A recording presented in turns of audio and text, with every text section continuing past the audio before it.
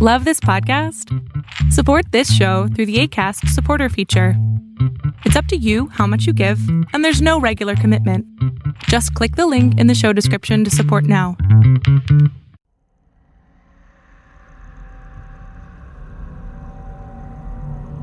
You're about to enter into a new world of knowledge, curiosities, and high strangeness.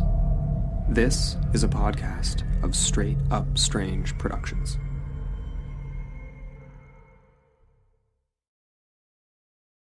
Tonight, in Sleep You'll Know, whatever that means, it's the Season 4 finale, which means it is part 1 of the Gulf Breeze UFO sightings in Gulf Breeze, Florida. All that and more on Small Town Secrets.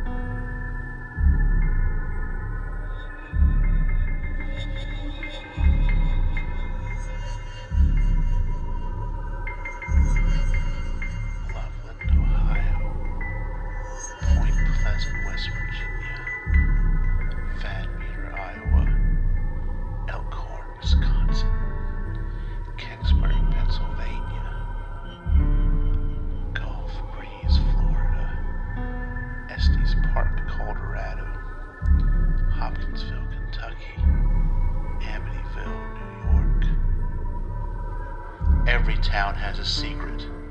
What is yours?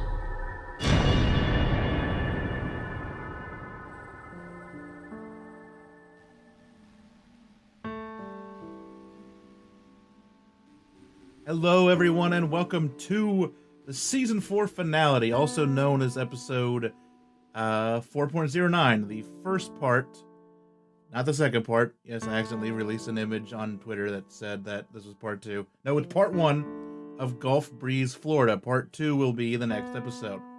But let's not get ahead of ourselves, and we'll concentrate on this episode for tonight, as we probably should.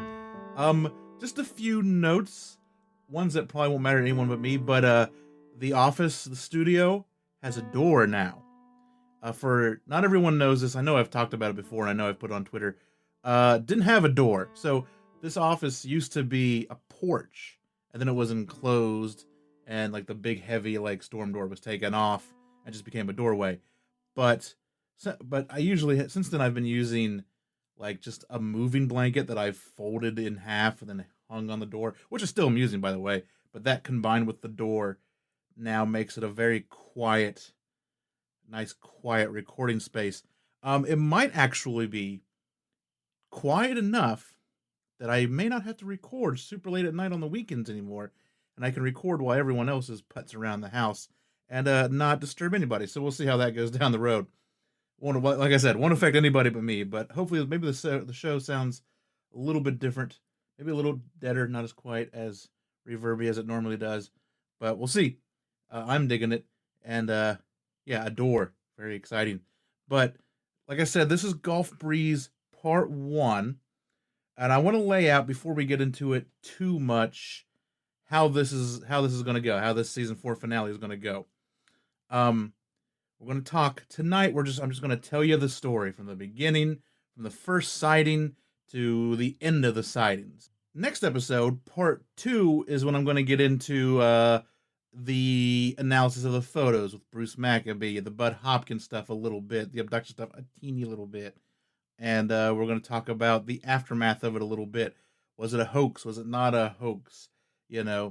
Theories and ideas about it all. And then we're going to finish up talking about the very odd story of the Doomsday Six, or the Gulf Breeze Six, which were a group of AWOL agents, Army from the Army, from the Marines, or something that had heard about the Gulf Breeze sightings and had decided that it was the end of the world and rented a van, and hijinks ensued. So we'll get all of that episode 4.10.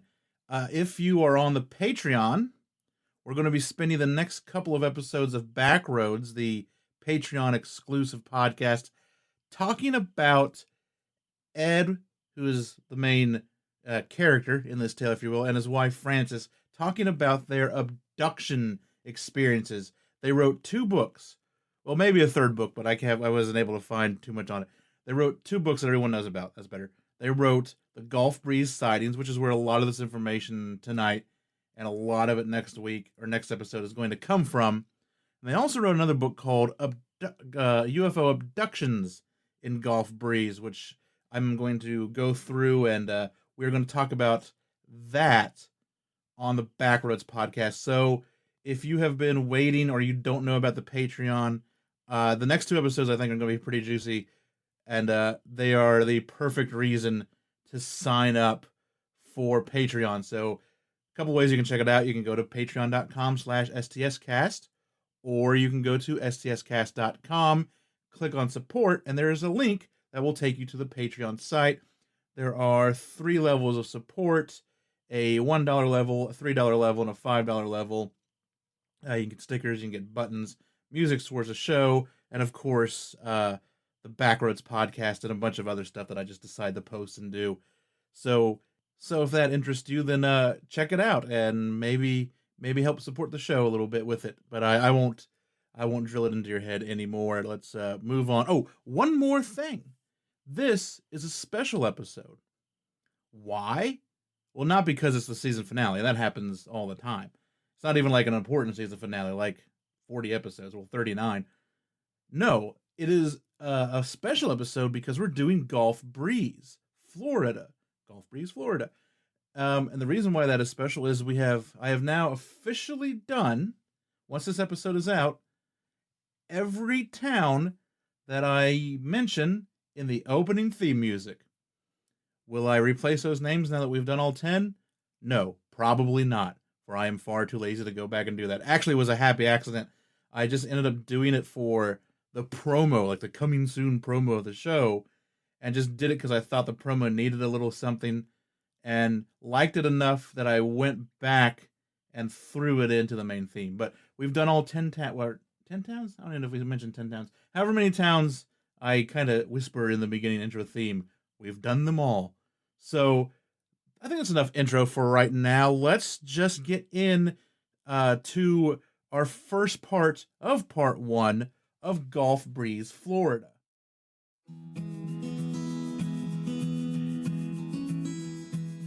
Hello, friends. My name is Michael Patrick, and I'm the host of the Monsters and Friends podcast. Each week, my Bigfoot friend Barry and I fire up our trusty Winnebago, and we travel the United States in search of cryptids, legends, and lore. However, we're not looking for any old cryptid, legend, and lore. We want to introduce you to some of the monsters of the world that don't get the same spotlight as Barry's cousin Bigfoot. Did you know that in Ireland, there's an 8-foot murderous otter? Or in the Mongolian desert, there's a worm that can kill you instantly. Come with Barry and I each and every week as we travel the United States in search of interesting monsters and stories. Once we find them, we usually find a good spot to camp, sit around the campfire, sip on warm cider, and chat about life, or sometimes butterflies. We'd love for you to join us each and every week and learn about the amazing things and stories that we discover. You can find the Monsters and Friends podcast on iTunes, Spotify, Stitcher, or wherever you get your podcasts. Thanks so much for listening, and we'll chat again real soon. The little town of Gulf Breeze rests in the far north of Florida, in the panhandle. The town of 7,000 or so is a quite affluent community. Today, most people stop by Gulf Breeze to enjoy the Gulf Breeze Zoo. But For 4 months or so at the end of 1987 and into the beginning of 1988, UFO fever gripped the whole town. Ed Walters, a well-respected member of the community and contractor, started seeing UFOs. And not only seeing, but taking pictures of them. 38 pictures of them, to be exact. It began on Veterans Day, November 11th, 1987. Ed's wife, Frances, had driven to the store to pick up a few last-minute things for dinner. Ed was in his office at the front of the house working on an oncoming project. As he was working, he noticed something in the air, peering out from the pine tree in front of his house. At first, it didn't strike Ed as odd. The Pensacola Naval Base was just across the bay. The more it hung around, the more curious Ed became. He decided to go out and have a better look. What he saw when he stepped outside was no aircraft he was familiar with. It was a grayish-blue, saucer-shaped craft that seemed to give off a glow in the evening sky. Ed's first thought was he should go inside and call the police. But would they believe him? Instead, he raced back inside and grabbed his Polaroid camera. He ventured further out into the street and snapped off 5 pictures. It was then that he was encompassed in a blue beam of energy from the craft. He was lifted off the ground by a couple of feet and frozen in terror. A male voice tried to tell him to calm down, and seconds later, a female voice joined in. Ed did not. He continued to struggle. Then they began beaming images of dogs into his head, perhaps in an attempt to calm him. This didn't work. Ed's stubbornness paid off, and the beam disappeared and he landed on the pavement. The UFO was gone. The only thing left was a bewildered Ed Walters and a few Polaroid pictures scattered about the ground. Frances came back as he was gathering them up. He told her what had happened, and together they took a look at the pictures. And I guess I should stop here and explain to everyone. I have to do this now because it's old, and I'm old, and I know what they are, but I know no one else does. What Polaroid photographs are, if you don't know. They were a type of photograph that you could take a picture of, and then they would be developed inside the camera. Then old models like what Ed had here would spit out like the film with like a cover on it that had all the chemicals in it. So after it was done developing, you had to peel that cover off, and then your photograph was underneath it. Later, and even later in the story, Polaroids evolved to where you could hit a button, it would take the picture, it would spit the Polaroid out instantaneously, and you could sit there and watch it before your eyes. It was magic to us. But that's what we're dealing with. We're not dealing with digital photography. We're not dealing with like a 35mm camera. We get into one a little bit later, and that's always kind of been a point with this, is that he took almost all of these pictures with a Polaroid of some sort. This older one that he started out with, and then later he got a newer one. And those have always been known to be harder to fake, because you get the picture like that in most cases. And so it's not impossible, but it's very, very hard. But I just wanted to get that little side note, get out of the way. That's what a Polaroid is. But let's move on. Ed and his wife wondered for close to a week what to do with the pictures. They didn't want the family, namely their 2 children, to suffer the consequences of what might come of these photos and Ed's claims. He also didn't want to be like a laughingstock, he was well respected among town. They decided to give them to the local newspaper anonymously. Ed wrote a letter from a friend, in quotation marks, calling himself Mr. X. Yes, Mr. X. He then stopped at the Gulf Breeze Sentinel to talk with its editor at the time, Dwayne Cook. Cook was intrigued by the photos and the story. Ed had left out the whole botched abduction angle. He only told him about like, oh, I saw this, my friend saw this thing and snapped these pictures of it in our front lawn. But it was my friend that did it, and he took these pictures. These first 5 photos were published in the Sentinel on the 17th. November 20th was homecoming night. Ed and Francis had volunteered to help with that night's festivities. The high school was very close to the house. That night, before leaving for the school, Ed got what he would call the hum for the first time. He quickly identified it as the same hum he had heard while he was caught in the blue beam at that first encounter. The hum grew more and more intense, but he was the only one that could hear it. As the evening wore on, it came and went. Frances, even though she was concerned, eventually had to leave for the high school. Ed's kids had also gone. He was home alone. That's when the hum turned into voices.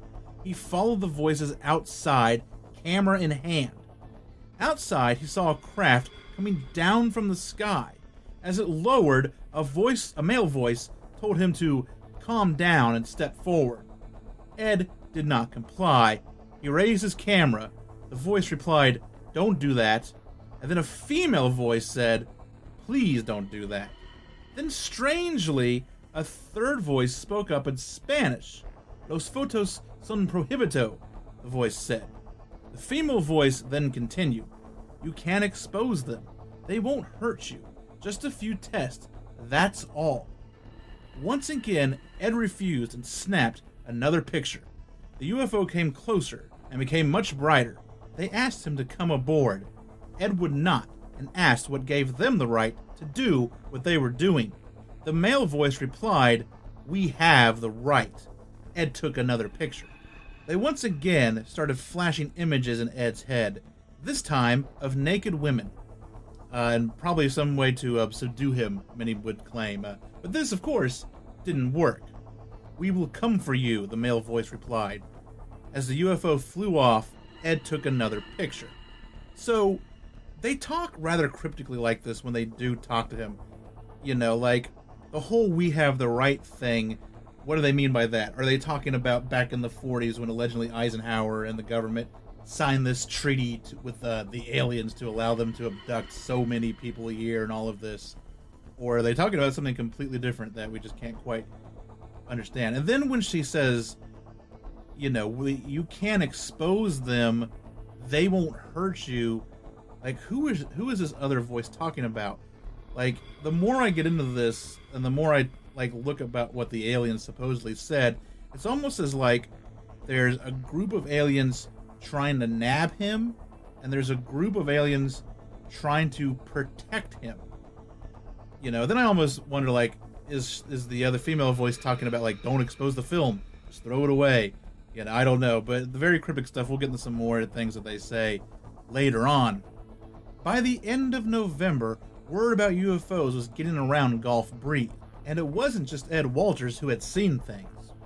On November 11th, at around 2 p.m., hours before Ed's sighting, a Mrs. Zammit was alerted by her dog to a craft in the sky, also with a blue beam coming from it. Jeff Thompson reported seeing a UFO being chased by 2 fighter jets that same morning. An hour after Ed's first encounter, Linda Lube saw a UFO while barbecuing. And in the next episode, we might get into some more reports from other people. I'm not sure yet. Frances would see the UFO herself for the first time on the night of December 2nd. But it's what happened later that night that is truly strange. At around 3:30 in the morning, Crystal, the Walters dog, barked once. This woke Ed up. Crystal, a Spitz, didn't just bark once. By this time, Ed had taken to keeping a .38 pistol by his bed. He grabbed it and got out of bed. He opened the blinds to the glass doors that led from the bedroom to the backyard. On the other side of those glass doors was a small 4-foot being with large black eyes. It seemed to be dressed in armor and was wearing a helmet. It was holding a silver rod in its hands. Scared, Ed jumped back and crawled away from the window. By this point, Frances was also on the floor, hiding behind the bed. Ed pointed his gun at the beam, but whatever happened, the beam didn't budge. It didn't seem scared, just curious. It did not react to anything. It just watched them. Then, it just started to walk away, making its way across the backyard. Ed got up and found the doors locked. He had to put the gun and the camera down in order to unlock them. He then raced outside to try and catch the creature, only to be faced with another UFO. So like when he unlocked the door, he just ran out there and he didn't have the camera or the gun with him. Once again, the blue beam shot down. It got Ed by the leg and attempted to lift him up, but was unsuccessful. It gave up and started pulling back from the house into the empty lot behind Ed's property. He raced back inside and grabbed the camera. He took picture number 11, and in the photo, a blue beam can be seen shooting down into the field, perhaps picking up the tiny beam. Reinforcements would arrive on December 4th. MUFON had arrived. However, they didn't really announce their arrival. They just sort of showed up while Ed was away. Frances watched as 3 strange men poked around the street and even in her front yard, taking measurements and photos. They were trying to suss out which house the first 5 photos had been taken from. They would later go on and properly meet up with Ed. Don Ware, Charles Flanagan, and Gary Watson were indeed from MUFON, and they had volunteered to come to Florida and investigate Ed's sightings. Ed's next sighting was short, but had 2 important elements. This was the first time he had seen a much larger craft. He was in awe of the largest ship, but still managed to get a photo. He also heard the voices again. This time, they addressed him as Zehas. He didn't know what it meant, but it sounded like some sort of pet name or a nickname for him. Later, he would kind of come to the conclusion, while talking with somebody else, that Zehas was very similar to the Spanish word for eyebrows, and Ed was kind of known for having bushy eyebrows. So, as far as he could tell, that was the best answer that anyone had come up with for the name, or it might just have been an alien name. Who knows, really? The next sighting on December 16th left some evidence behind. According to Ed, the craft was low and close to the house. Suddenly, it started to smoke and burbled out some sort of clear liquid. Ed was able to retrieve a container and get some of that liquid. It looked just like water, but seemed to boil for a long time after it was retrieved, and I will get more into it on the second episode. We'll talk about the analysis of this strange liquid. On December 28th, Ed was able to capture video of one of the craft. In many cases, the arrival of one of these UFOs would be announced by the hum. This happened so much that Ed was beginning to wonder if somehow he had gotten the hum after that first incident on Veterans Day, and he was not supposed to have it. Were these beings somehow trying to retrieve it? All of that being said, this sighting was different. There was no hum, just a bright flash of light that seemed to light up the entire bedroom. Frances mentioned calling the police, and after she said that, the craft was suddenly gone, only to come back minutes later. It was almost as if the beings inside the ship were trying to show them that if they brought the police into this, that they could just blink out at a moment's notice. Ed went for his camera, but found it had no more film. Instead, he grabbed his video camera and loaded a fresh battery and a new cassette. He captured 1 minute and 38 seconds of video of the UFO hovering over the backyard and then slowly backing away and then blinking out of sight. But here's the thing. I've never seen this video. I don't think a lot of people have seen this video. It's not the first time that video is going to show up. I would love to find it, but I just don't think it's on the internet. It would be way better than the photos. Video evidence, I think, is always a little bit more compelling than photographic evidence. But if anyone knows where I can get a hold of it, I would like to see it. I know there was a documentary. I don't bring it up in this episode, my notes, but he had agreed to do this local documentary for a long time, but I don't even think it ever came to fruition. So I don't know. Maybe that's where I should start. See if I could dig up that somewhere. But maybe somebody knows. Somebody out there knows. After getting the videotape, he didn't have another encounter for almost 14 days. Not until January 12th of 1988. So So now we're into the next year. This time, Ed was not at home, was at a build site. He had returned there in the evening to double check on a few things.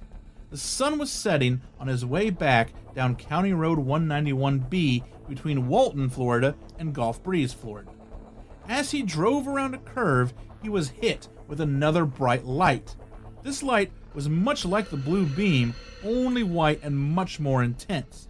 Ed tried to keep focus on the road, but found it difficult with the light. Then, his arms and hands went completely numb. He found it difficult to drive with numb hands. He had to keep an eye on what they were doing and keep an eye on what the truck was doing at the same time. Ed attempted to make a U-turn so he could escape in the other direction. That didn't work, and he ended up on the side of the road with the now ominous UFO hovering over the road in front of him, some 200 feet in front of him. Ed got out of the truck and went for the shotgun he kept behind the seat. He was able to grab the gun if he kept his eyes on what his hands were doing. Remember, he still has numb hands. After grabbing the shotgun, he went back for his trusty camera and was able to shoot photo 19. And this is, I think, probably the most famous photo. It's the photo I used for the episode tile. I think I'll have it in the show notes too, but you'll find it if you do a very simple Google search. It is a picture of the craft on a, just barren country road, just not even that far off the ground. It's a very, very nice picture of a UFO. He tried to take another, but noticed the craft coming closer to him and to the truck. Ed, with his camera in one hand and shotgun in the other, scrambled underneath the truck. It was at this moment that he heard the voice. "You are in danger. We will not harm you. Come forward," it said. So see, once again, they're saying, you're not in danger. We're not the danger. Come here. Like, it's almost like we're trying to save you from whatever these other things are. Ed didn't budge from his position from underneath the truck. It was at this moment that 5 blue beams, one after the other, shot onto the road, each one transplanting a small creature. They were very much like the being he and Francis had seen that night in their backyard. They all had silver rods in their hands and slowly started marching towards him. With every bit of energy he could muster, Ed made a break for the truck cab, started it, backed it up across the road, and hauled ass in the other direction. And he didn't get a picture of those, but man, if he would have, it would have been quite the awesome picture, I think. But that is kind of where things start to get a little hairy, and I think it's probably the last time that Ed is also kind of by himself in a way. Every other kind of encounter, for the most part, from here on out, he's with somebody. So Ed is not the only person that has seen this stuff.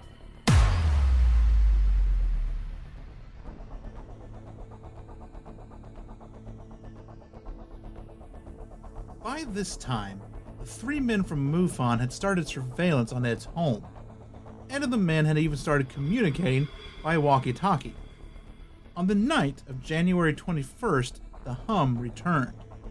At around 10:30 that night, Ed was walking down to a nearby parking lot where MUFON had set up shop to give Bob Reed something he wanted to give Don Weir. And I'm not sure what that is. I'm assuming it was the substance from the UFO, the clear stuff, but I'm not 100% sure about that. But as he was walking, the hum began. He told Bob to get his camera ready and the UFO was on its way. Sadly, Bob would never see or capture the UFO on his video camera. At the time the UFO showed itself, Bob had become confused by a low-flying plane. Bob insisted that this is what Ed was seeing, but Ed was looking off in a different direction as Bob watched the plane from another. So basically what happened is Ed sees the UFO, I think from like the north or something, and Bob sees this plane coming in from the south, and Bob's just looking in the wrong direction the entire time. So sadly to say, it was a disappointing encounter. The next sighting on January 24th is very interesting because he was with newspaper editor Dwayne Cook. That night, Cook was actually going to drive out to a secluded field to do some UFO watching of his own, but he was interrupted by Ed Walters showing up to the paper. The hum was back, and Ed desperately needed someone else to try and capture it with him, but all the MUFON guys were MIA. Because of this, Ed thought Cook could be his next prime candidate. Dwayne was game, and together they went UFO hunting. Ed was somewhat able to use the hum as a sort of tracking device. He could feel a pull toward the UFO. As he drove, the hum increased, and once again he heard a voice. "In sleep, you know," was all it said. Ed continued to drive, and the hum continued to increase. Ed started to feel like his face and eyes were being pulled in different directions. He repeatedly asked Dwayne if his face and eyes were moving, to which Dwayne assured him that he was fine. They eventually pulled off the highway and onto a side road. Ed stopped the truck and got out, ready to confront the UFO. He had a feeling they wanted the hum back, and he was ready to give it back to them. And Dwayne started filming with the video camera, with Ed's video camera. Dwayne didn't catch the UFO on video. He had stopped filming by the time it showed up, sadly. But he did get Ed, running out to the road, yelling at the thing and all that stuff. Once again, video I have never seen and can't track down. But even though there wasn't anything on video, Ed was able to snap another picture. Dwayne Cook saw it all. He saw Ed take the picture, and even he himself pulled the film from the Polaroid. So he peeled the thing back, and he was the one that actually did it. So we have a material witness, if you will, not only someone who saw it, but someone who was there and experienced it and helped out a little bit. And so the whole in sleep thing, the best that Ed and Francine, they talked about it a couple of times, could figure was Ed, as far back as he can kind of remember, ever since he was an adult, was able to fall asleep very quickly by imagining a dark cloud enveloping his body from his toes up to his head, and then he'd fall asleep. Which really, it's a relaxation technique. It sounds very meditative. So I think he was just kind of doing meditative practices without realizing it. But then, other than that, he found that he could conjure what he called sleep words. If he had an issue that he had to work out or a problem he had to solve, right before he went off to sleep, he could say a couple of sleep words about his issue, his problem, and in the next morning he would have dreamt a solution to it. And he kind of came to the conclusion that he could use this technique somehow to glean answers from these encounters and what possibly might have been happening that they weren't aware of. But we'll get into that some more probably in the more abduction stuff. But that's what the whole in sleep means, at least as far as Ed and Frances could work out. Frances had her own encounter on February 7th. She was outside in the backyard when a UFO showed itself. Frightened, she started to race back to the house. Ed was able to capture a photo of Frances just as she made it into the back doors, with what appears to be a blue beam landing right beside her. And no one really talks about this picture a lot. I think it's one of the more intriguing pictures. I did find it online. There's a lot of pictures in the book. You'll find most of them online. Not all of them, but most of them. And the books are out of print, but if you find them, you can probably get a pretty good deal on them. But this picture I found online, like I said. I will post it so everyone can see it. There is this kind of weird blue beam right beside her, and it's either a blue beam from an alien craft or the camera strap. I don't know. It would have been nice to... Maybe I need to dig up a picture of what Polaroid camera he was using at the time to see if, the camera strap could even have gotten into the frame, could have gotten into the viewfinder, but we'll have to see. I'll get back to you on that one. After that encounter, Ed was given a special camera by MUFON. The camera was called the Nimslo 3D camera, and it was pretty much tamper-proof. It had 4 lenses which were glued into the body of the camera. It took 4 shots at the same time. This way, there were 4 original negatives to work from instead of 1. So they could keep one, and they could send the other 3 off to whatever labs they wanted to have analysis, and everyone gets a little piece of it. The camera was sealed to prevent tampering. There was even a control shot already on the film to prevent the camera being reloaded with new film. So I'm not sure like what that meant. In the book, he talks about how like if someone did try to put other film in it, the holes in the film wouldn't match up. But to me, it just seems like a thing where if they opened that camera up and they were like, hey, the control picture's not on this film, that means someone put different film in here. That could be a nice little deterrent as well. This put a little pressure on Ed to get pictures with the camera. On one hand, it would prove his case. On the other, what if the aliens had decided to stop showing up? Ed had gone on this whole time wishing the UFOs to be gone, but now he needed them to stick around. He would get his chance on February 26th. Many residents of Gulf Breeze had started going to a park near Santa Rosa Sound. And I'm not sure which park it is. Like, if you look up Santa Rosa Sound, it's just all little parks and places like that. So it's somewhere around there, somewhere on the beach. But they were going there to try and capture their own UFO photos. And so, of course, Ed and Francis decided to go check it out themselves. That night, in a secluded part of the park, around 9 p.m., Francis herself spotted multiple craft flying through the air. And Ed took his MUFON camera and just started snapping picture after picture. And those pictures aren't like as great as the other ones, but they are there. There are some strange lights in the sky. It looks to be like 2 craft hovering through the air. And they were taken with the special tamper-proof camera. The camera would later be sent to MUFON to be opened and had the film developed on camera. So like an independent body, like Ed gave it to MUFON, and MUFON opened it, and they videotaped the whole process. So there could be, and they had all this evidence that nothing was tampered with this film. After Ed handed off the 3D camera to MUFON, he bought a new Polaroid 600 camera. This was a much more modern camera that spit out the picture that developed before your eyes, and thus it was much harder to fake pictures with.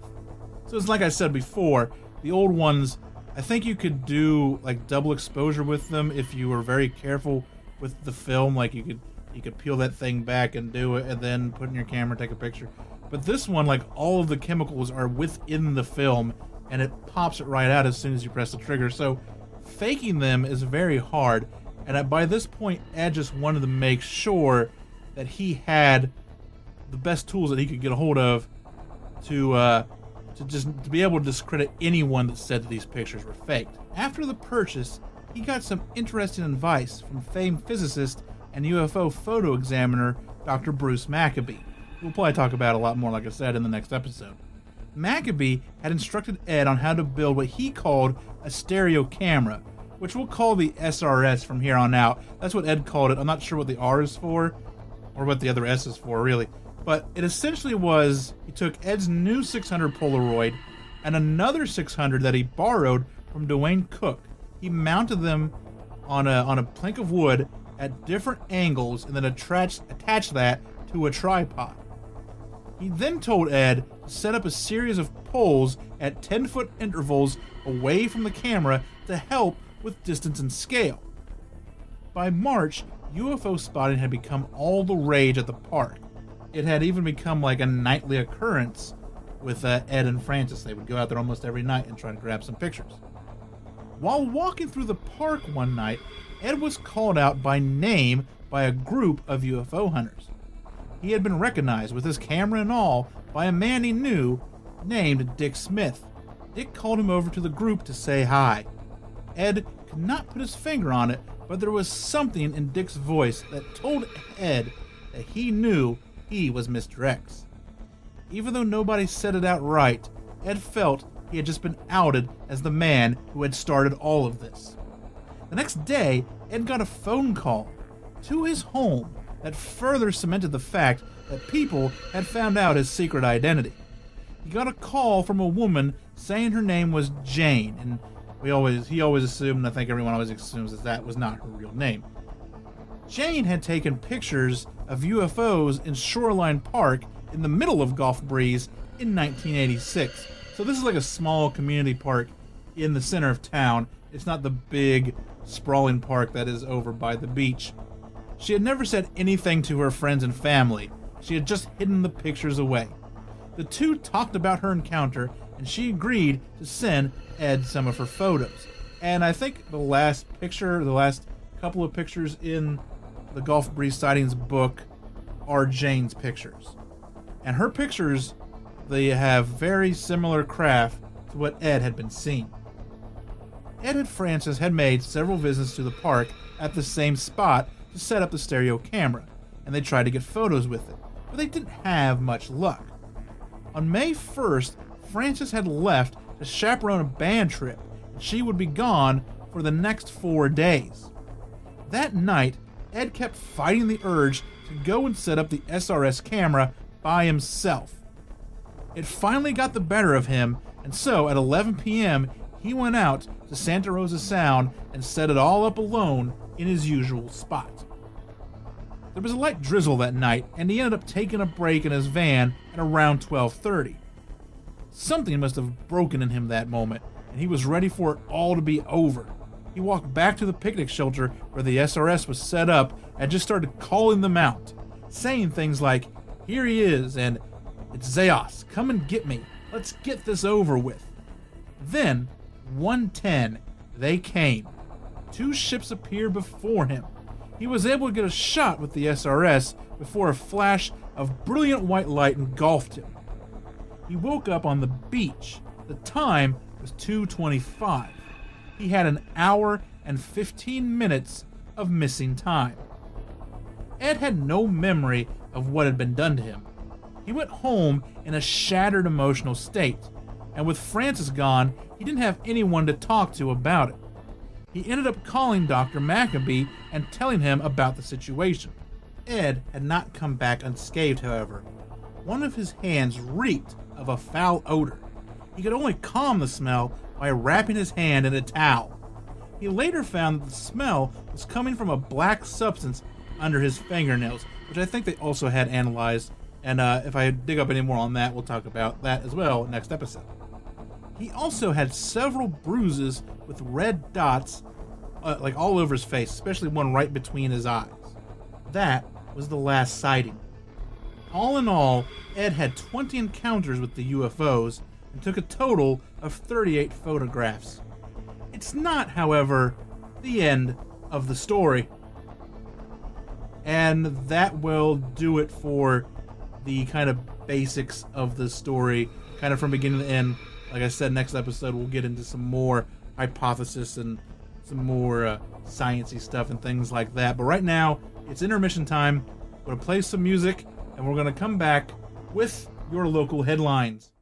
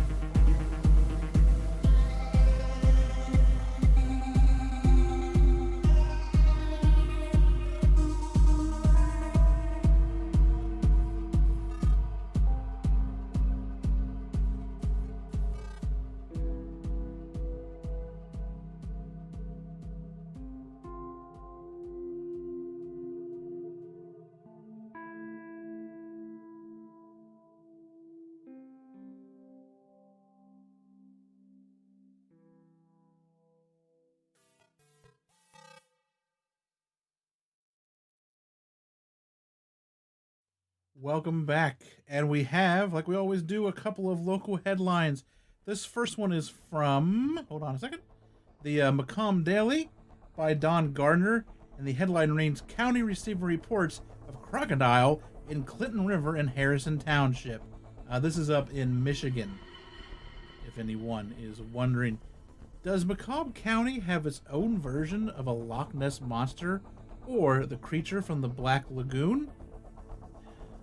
Macomb County Animal Control has received 3 reports of what appears to be either a crocodile or a caiman playing in the waters of the Clinton River in Harrison Township. Chief Jeff Randazzo of Animal Control said his department first received a call about the creature a couple of weeks ago. Then it received a second call, and a third call came in Monday about 4 p.m. in the afternoon. The unidentified creature had been reported in the area of the North River Road at Bridgeview Street. The area is south of Selfridge Air National Guard Base, and the bridge connects North River Road to South River Road. We went out there 4 times a day and haven't seen anything, Randazzo said. Based upon information Animal Control has received, Randazzo said it's possible the reports are accurate, but he was unable to confirm or validate the sightings. Randazzo said that two of the callers said the creature was a crocodile, and the third said it was a caiman. Eyewitnesses said the animal was about 3 feet long. Both animals are cold-blooded and non-native to Michigan. No shit. As Randazzo said, the animals would need to bask in the sun to warm up and be active. He said his staff had gone up and down the river in that vicinity and hadn't seen anything. That area of the river is heavily populated with homes, and Randazzo said it was difficult to inspect all of the Clinton Road riverbanks in the area without trespassing on private property. Randazzo said his department has also been monitoring Harrison Township neighborhood Facebook pages to gather more information and ask residents for any help finding the animal. He said if the animal does exist, it won't survive for much longer in Michigan's colder climate. It's an environment where it's set up to fail, Randazzo said. It won't live through the Michigan winter. Randazzo said if the animal does exist, it was probably dumped in the river by an exotic pet owner who didn't want it or couldn't handle it anymore. He said it's just another example of why the purchase of exotic pets should be prohibited or at least limited. We're very intrigued by it, obviously. If it's confirmed that we have a problem, he said, that is a great opportunity for municipalities, states to develop stronger laws about not selling exotics. They're too easy to get. You can buy them in person or online. And that is it for that one. The next one is from the DH News, the Durango Herald. It is by Jonathan Romeo, and it reads, Mystery of Buried Vehicle, Missing Driver Intensifies North of Pagosa Springs. Authorities have seemingly reached a dead end into an investigation of an abandoned car that was found buried under a massive pile of debris in a remote mountainous area outside of Pagosa Springs, with its owner missing. He's nowhere to be found, said Mineral County Sheriff Fred Husulkas. It's kinda weird. On August 13th, a passerby spotted a part of a silver 2014 Toyota Camry with New Mexico plates sticking out through a massive debris pile, located up West Fork Road, or Service Road 648, about 15 miles north of Pagosa Springs. The area in question is located in Mineral County, right before U.S. Highway 160 starts to climb into Wolf Creek Pass. After the car was reported to law enforcement, investigators determined it belonged to Gabriel Max Beldondo of Albuquerque, who is in his early 40s. But in the days since, authorities have been unable to locate Beldondo or piece together what may have happened. A host at a nearby campground said the car couldn't have been there for more than 10 days, but neighbors had reported nothing unusual or out of the ordinary. Nothing was found inside the car to help determine what might have happened, other than a mask, which leads authorities to believe that the car was left there at least after the COVID-19 pandemic. I should say after the COVID-19 pandemic started. The vehicle was in good working order. The debris used to bury the car had been there for 3 years, Osukas said, as a U.S. Forest Service slash pile. Because of the way the woods and logs were stacked, he believes the intent was to set the pile on fire. It just seemed to be like they were building a great big bonfire, he said. More recently, search crews with human remains detection dogs combed the area, which turned up nothing. They did a pretty good search, Holselkuss said. They are pretty good dogs. They'll find something if it's there. Adding to the mystery, Holselkuss said a pentagram, a 5-pointed symbol often associated with mythical or occult meanings, was found 300 feet from the car. The pentagram was made out of sticks. It's hard to say how long it's been there, he said, but it was weird when we found that. The Mineral County Sheriff's Office worked with investigators in New Mexico to help track down credit card or bank activity, which again turned up not a trace. There was no recent activity on anything, Holselkuss said. Beldondo is not known to have a cell phone, Holselkuss also said. Investigators located Beldondo's family, but to make matters more complicated, Beldondo had become estranged from his family and hadn't spoken to them in years. Angela Atwood, Beldondo's sister, said in an interview Monday with the Durango Herald that Beldondo's wife of about 15 years suddenly died in 2017, and that was their turning point for her brother. That made Gabriel spiral, she said. Beldondo and his family moved to New Mexico a few years ago after his wife Carol finished nursing school. After she died, Beldondo and his 3 children went to stay with Atwood in the Seattle area. He just wasn't in a good place mentally to raise his kids, so they moved in with me, she said. He went back down to New Mexico to sort himself out, and then we never heard from him after that. Atwood said her brother is quiet and introverted, never got caught up with the wrong crowd. She, too, is at a loss as to why he went missing. I just don't understand the car, she said. He's not a super strong person. I don't know how he had buried it like that. That's not Gabriel. Holselkuss said it appears he had no connection to the Pagosa Springs area. There are no planned future searches of that area. Foul play is not suspected.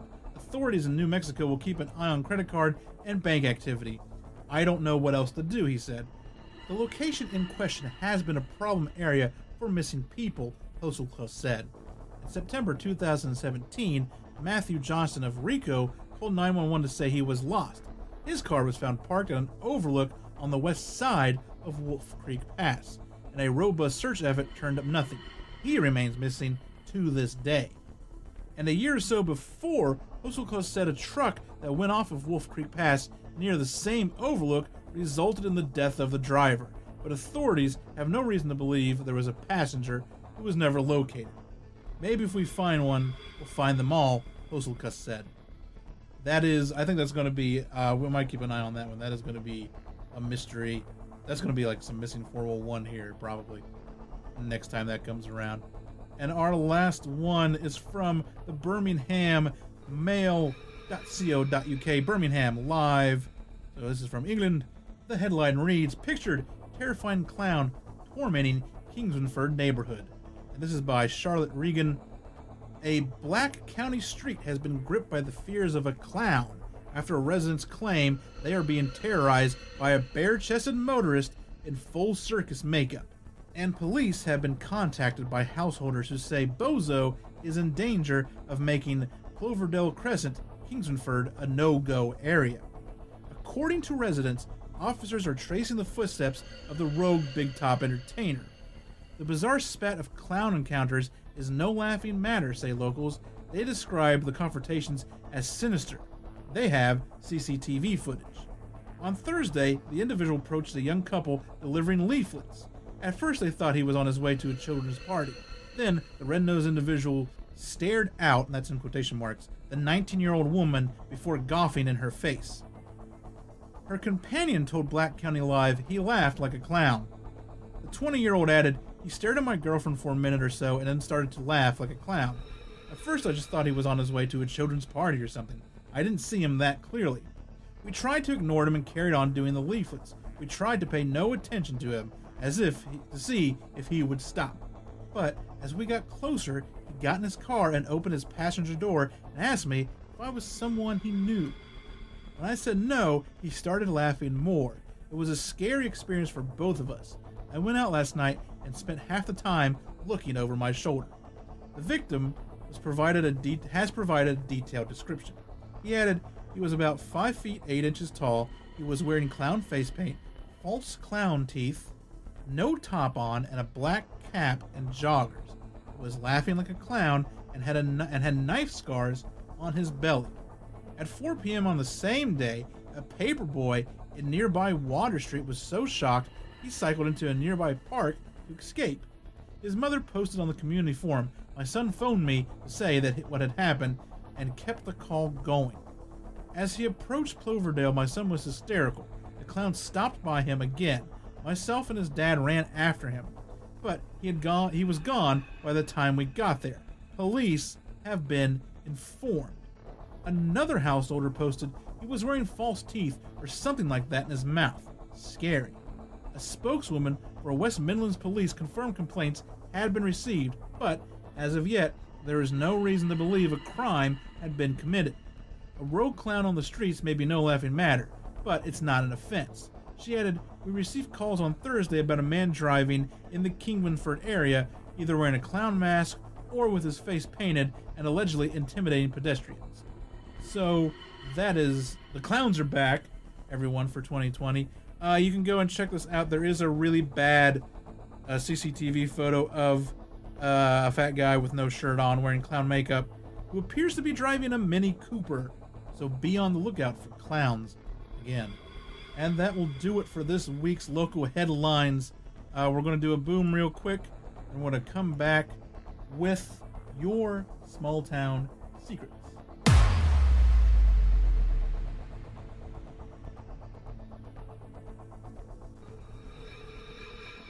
All right, and tonight we have the fourth and final installment of Cosmic Ray's stories about, well, all of that Desert Center stuff and Blythe stuff.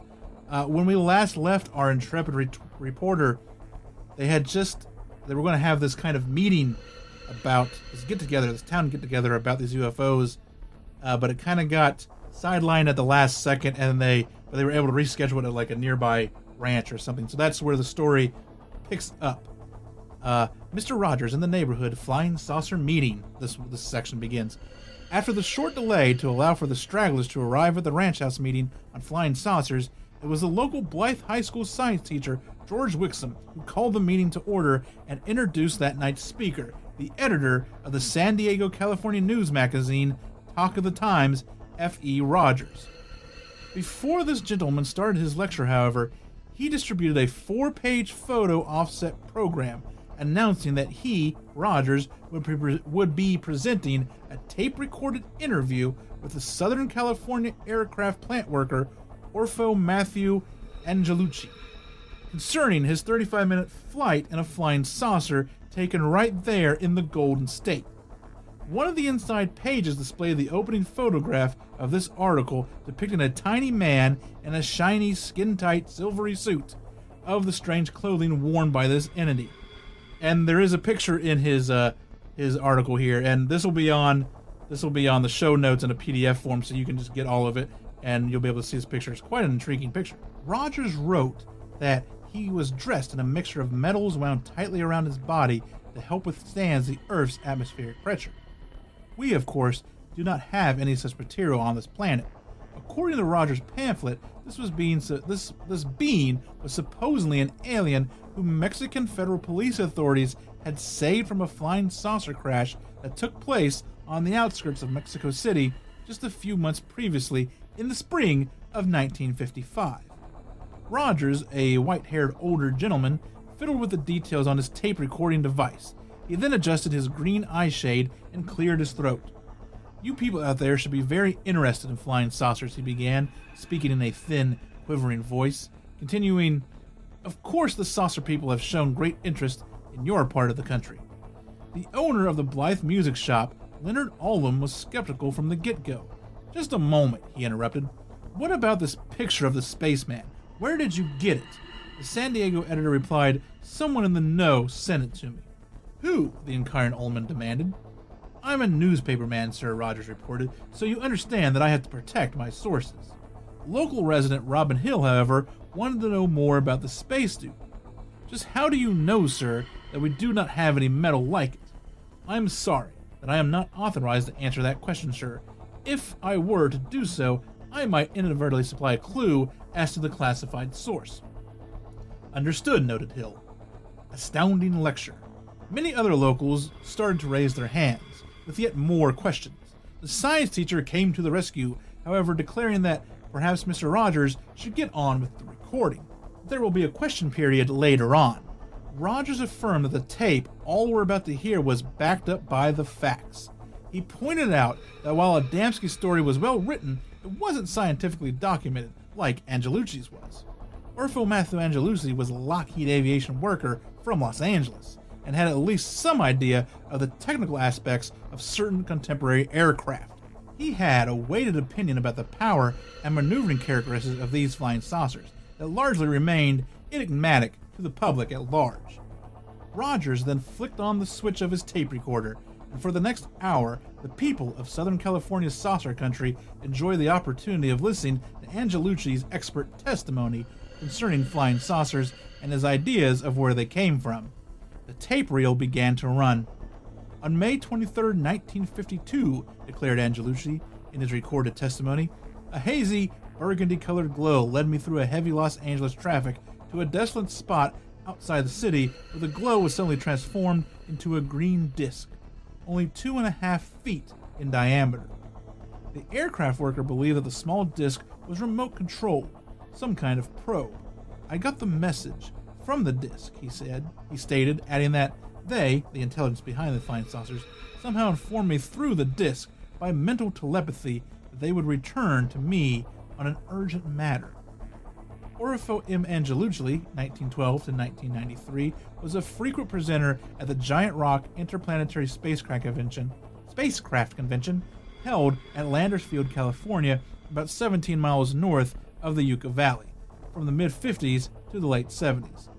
Angelucci claims to have contacted ethereal beings from the Confederation of Planets that took on the appearance of normal humans when operating on Earth.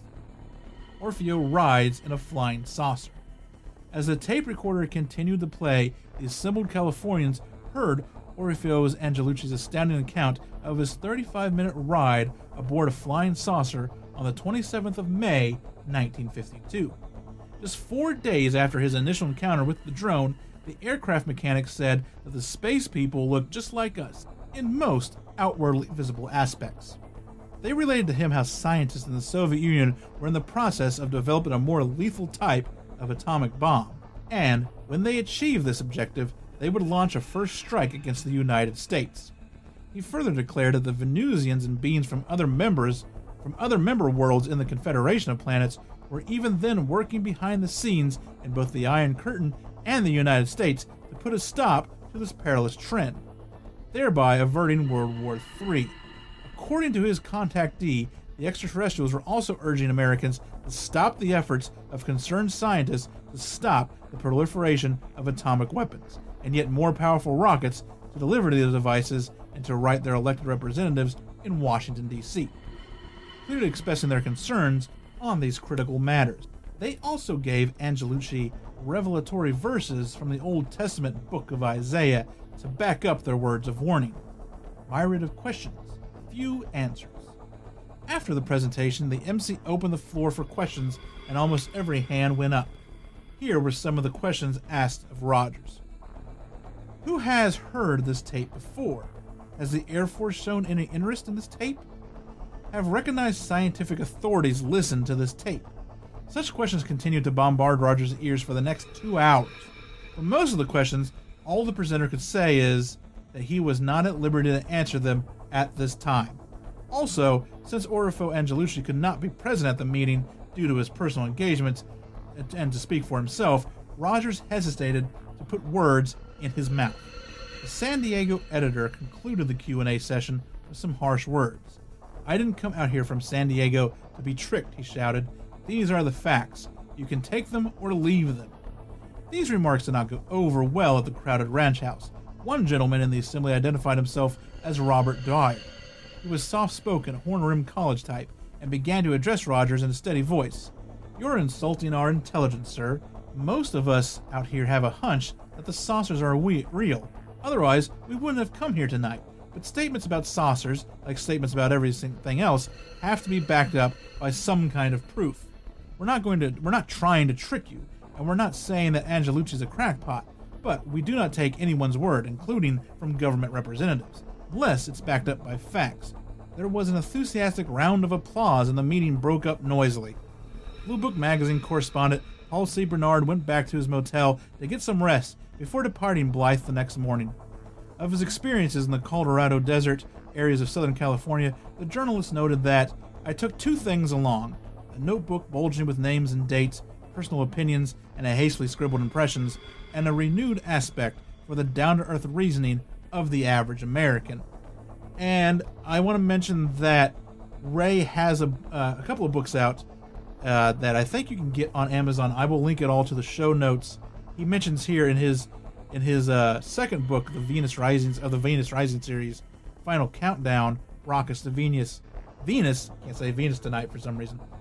He has a lot of the FBI files on George Adamski. He's got a lot of the Flying Saucer Club meetings and just a whole bunch of stuff. So I will link to his books in the show notes so that you can pick them up and further read on about this if you want. But I would like once again to thank Cosmic Ray here for really, 4 parts? So the last 4 episodes, he has been able to share with us a massive small town secret. So thank you once again, Cosmic Ray, and check out his books. All like I said, I will leave a link most definitely for that. But I think that's going to wrap it up on everything for tonight. So we're at the end of another episode, and I would like to thank everyone for listening and continuing to listen. If you yourself have a small town secret to share, a UFO report, a Bigfoot sighting, some local folklore, some weird history, some true crime stuff, anything really, then you can get it to me in many, many ways. First, the best way to do it is to go to stscast.com, scroll down to the bottom of the page, the main page there. There is a email form that you can send me your experience with.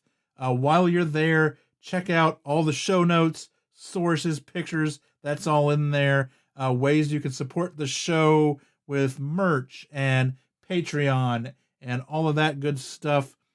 And then more links. Social media is on there. You can also use social media to get me your experiences if you would like. I am most active on Twitter. That is at STScast. Facebook is also at STScast. And Instagram is at STScast.gram. Let's see what else. Oh, I haven't said this in a while, but please, if you get a chance, please rate and review the show on your podcatcher of choice, especially if it's iTunes. That's the big one, like I said. And if you can, just tell a friend. I say this almost every episode that If everyone out there can get one more person to listen to the show, then the audience automatically doubles. So once again, thanks for listening. I will catch everyone in a couple of weeks. Unless you're a Patreon, then I will catch you next weekend for STS Backroads.